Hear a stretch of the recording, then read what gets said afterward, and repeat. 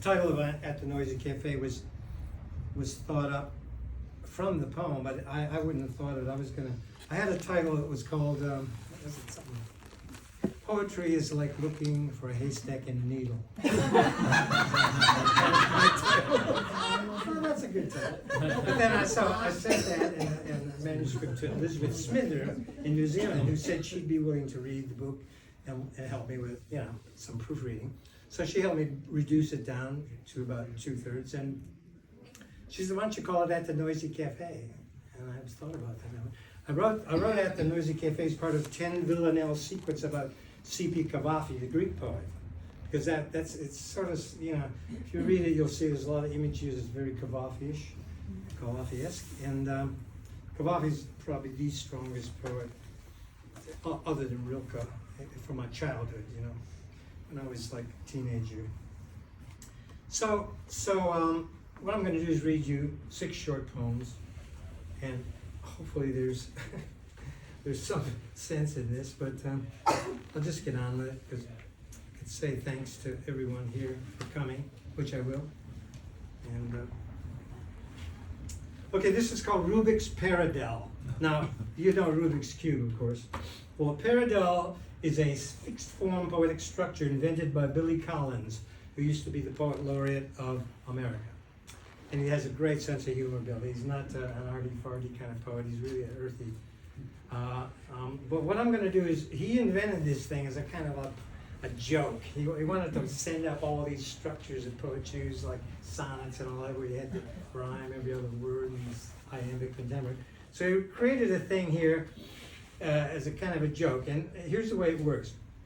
It's got 4 6-line stanzas in which the first and second lines, as well as the third and fourth lines of the first 3 stanzas, must be identical.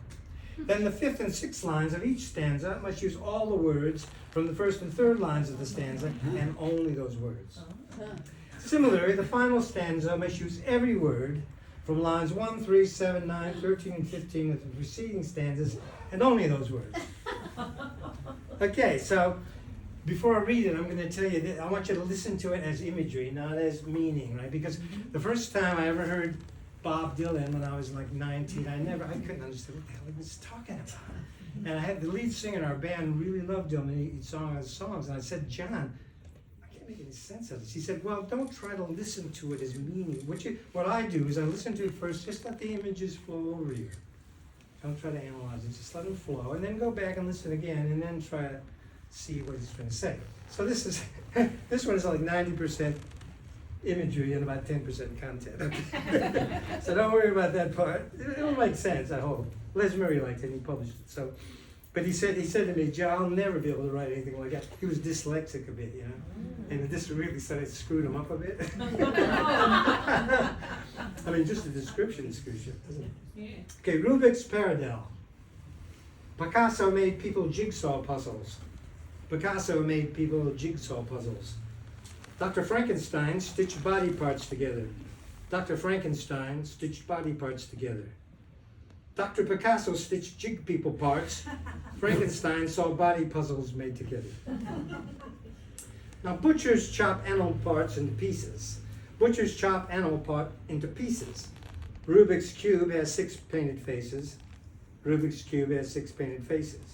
Painted butcher's cube has animal faces in 6 Rubik's chop-apart pieces. 3 hidden personalities of Eve. 3 hidden personalities of Eve. Tricky dating some psycho bitch. Tricky dating some psycho bitch.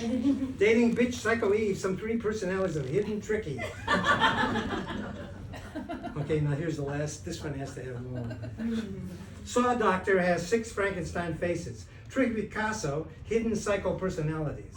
Butcher bitch made dating people puzzles. 3 body pieces chop apart, Rubik's animals jig, some of Eve, stitched together in painted cube parts. The misogynist kind of overtone of it. I want to tell you that there's only one. I was trying to think, how do I follow that poem? A lot of people are going to hate me for reading that. There's only one poem in this book that can follow that, and I think will make everything all right. This happened to me when I was in Hanoi. We went to a market there called the Ninh Kiep fabric market. This is called The Sound of One Shear Clicking. The young woman in the rear of the Lin van Hek fabric market stall trimmed her fingernails with oversized silk scissors. I extended my own hand playfully, indicating she might do mine too. Instead, she pointed the blade down in the vicinity of my crotch area, clicking once. The older Vietnamese woman around us laughed. Hell, I laughed too. So, I think that neutralizes this. No victims here, baby. Okay, so number 3, this is like a reverse ekphrasis. Okay, an ekphrasis is when you see a painting, like this painting, we'll say, and a poet sits down and writes a poem to express what that means to him and maybe bring some more insight to it. Okay, this poem was written while Lin was painting this, before any of the figures happened. I was sitting there out in the bush. She had this canvas stretched out over a shed, and she was just starting it, and I was just reflecting on it, right? And what the painting process. So it's called painting. So it's a really strange way of doing this. She has spread canvas across the long side of the shed and sits on a low stool washing blue over white weave. She likes plein air, the humid day, cut by breeze, sitting close to the blue, peripheral vision blocked by blue. The first coat, the primer, a blue sky streaked with promise of nimbus bird visitations, is still empty, awaiting the dream state. She works the weave, each day adding and subtracting, layering, scraping, applying color. The waking, unannounced, adheres to no timetable, chronology, calendar, or deadline. Line upon line, share upon shape, until closed eyes snap open, brush lowered, the work completed, if a work is ever completed. The sleep, the coma, the alpha state dissipating, the dream now alive and breathing there, outside herself.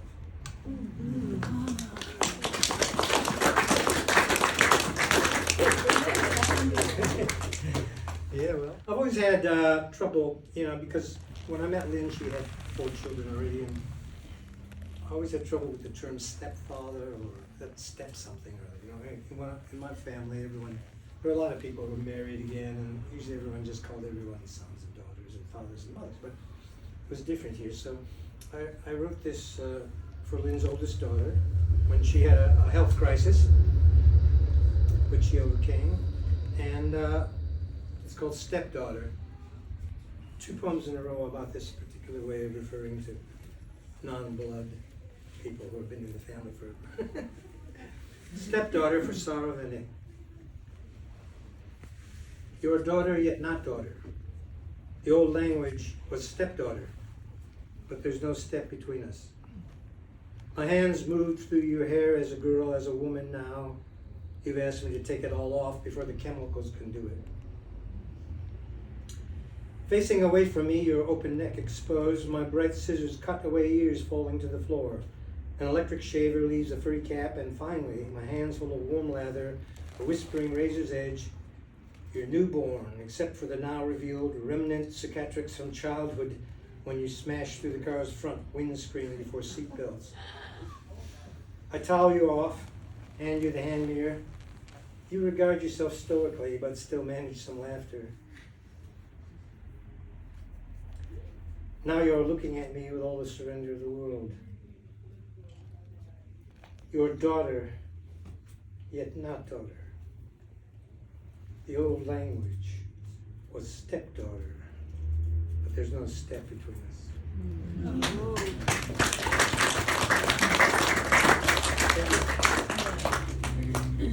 Now, these poems come from the section of the book called Broken Heart. There's 5 sections, and some are funny and some aren't. Les Murray once said, he told me that I should untie my muse from the chair because I wasn't sending him anything funny anymore. I guess he needed more funny poems. So there's a lot of funny poems in here. But these 2 come from the heartbreak section, which are really primal things. And this one is about our daughter who just passed away. there's two in here, and one of them is just too dramatic. I just can't read that one. It's a quiet poem we read at home, not in public. But this one I can read, because Blaise and I, we all talked a lot about this stepfather, stepdaughter thing. She came up with her and Lin together came up with this term called Daddy Plus One. So this is called Daddy Plus One for Blaise van Hek, 1968 to 2022. Not my birth daughter, she was the son, a loss her mother can hardly bear. She said I was her daddy plus one. No warning, no illness, a sharp stun. She was taken from us, so unfair. Not my birth daughter, she was the son. She left behind her first love, 2 sons, 2 brothers, a sister in despair. She said I was her daddy plus one. We comfort each other, but she's gone. For what's broken, there is no repair. Not my birth daughter, she was the son. Days stagger by, my heart is so numb. Her soft photographs are everywhere. She said I was her daddy plus one.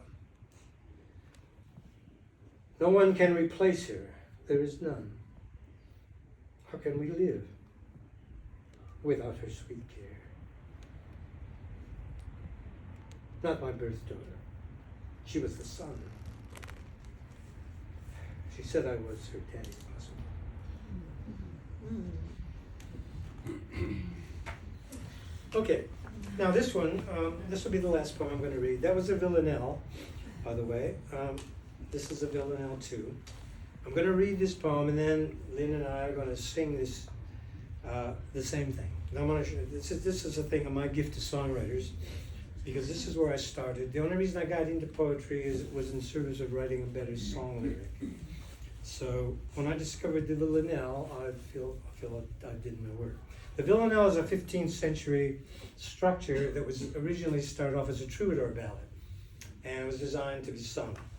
Over the years, the music dropped away until it became just a poetic kind of scaffolding. The most well-known villanelle would be Dylan Thomas's "Do not go gentle into that good night, old age should burn and rave at close of day, rage, rage against the dying of the light."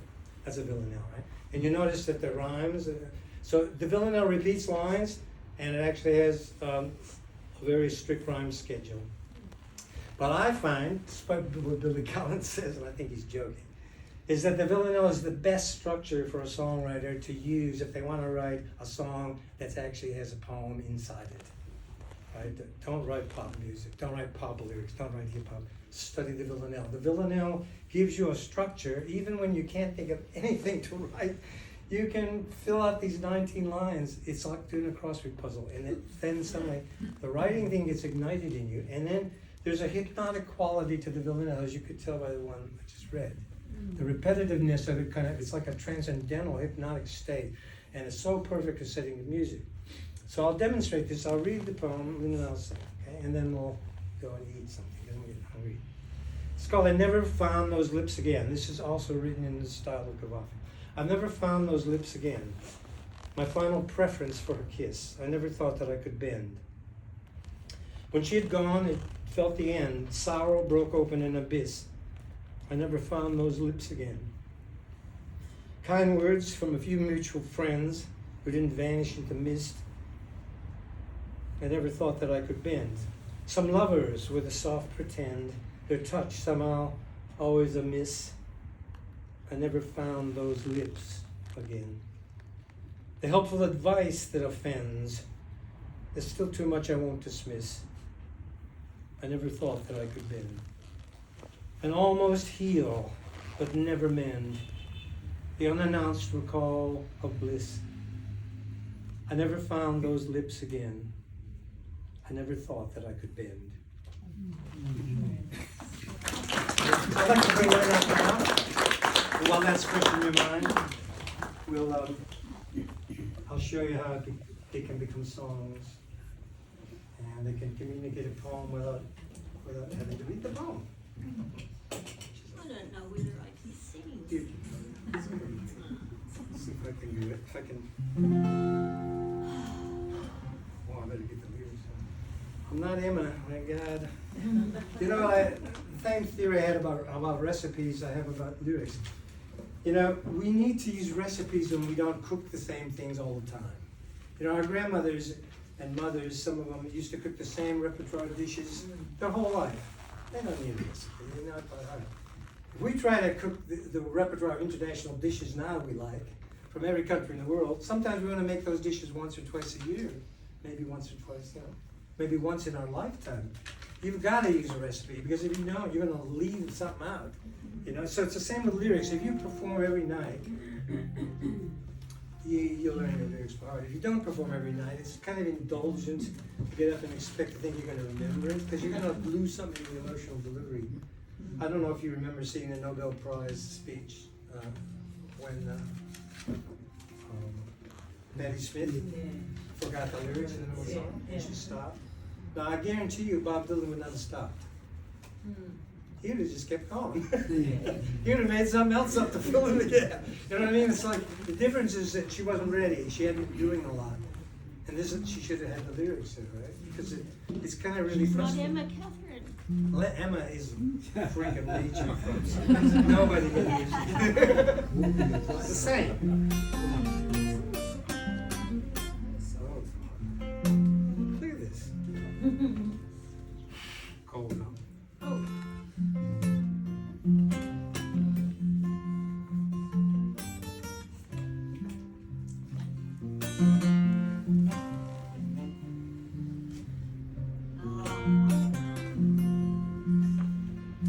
I never found those lips again, my final preference for a kiss. I never thought that I could bend. When she'd gone, it felt the end. Sorrow broke open an abyss. I never found those lips again.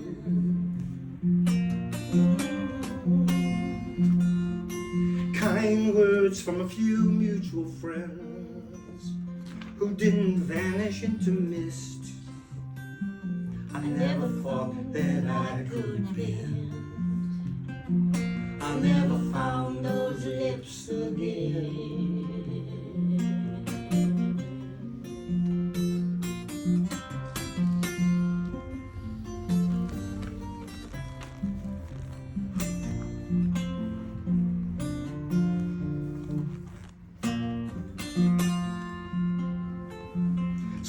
Lovers with their soft pretend, their touch somehow is amiss.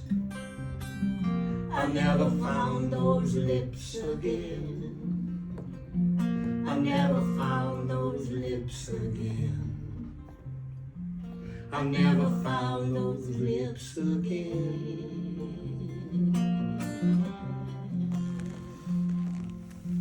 The helpful advice that offends, there's still too much I won't dismiss. I never thought that I could bend. I never thought that I could bend.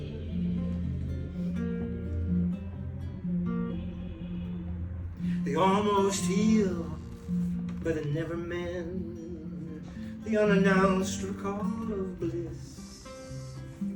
I never found those lips again. I never thought that I could be. I never found those lips again. I never thought that I could be.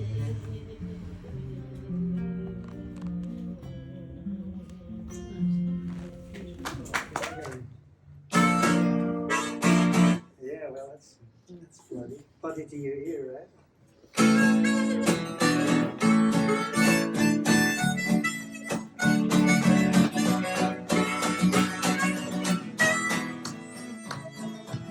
She was born in the middle of town. Could have gone up and she could have gone down, but she just went around and round. And downward spiral on one morning so fair and fine. Saw the way the moon did shine straight line, southwards of survival. Could have been a lady, she could have been a wife. She fell into the river of life, swimming in a pool of trouble and strife. She really loved the danger. By the river of life, it rolls and flows down by the banks where the brambles grow, swimming around in trouble and strife. Way down the river of life. Now the hills of thorns and valleys of scorn, rambling like she was gypsy born, traveling on through weather and storm without a thought for danger. She was young and looking for fun, thinking of things she had never done, so lost in sweet oblivion. She welcomed in a stranger, and stranger, he was a wanton rake. He took going on and he called her a flake, and he rolled her around like an old earthquake, and left her there for plunder. Now I'm falling on mad night, never found. Now go in the tide and roll around. She was always on the rebound, but she never would go up. Could have been a lady, she could have been a wife. She fell into the river of life, swimming in a pool of trouble and strife. She really loved danger. Like the river of life, it rolls and flows down by the banks where the brambles grow, swimming around in trouble and strife. Way down, oh, in the river of life.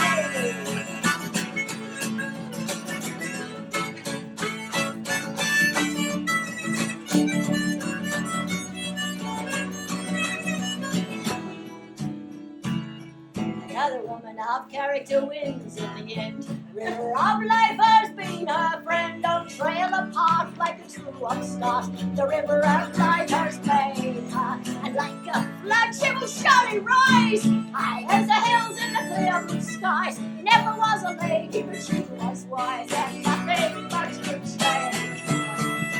Could have been a lady, she could have been a wife. She fell into the river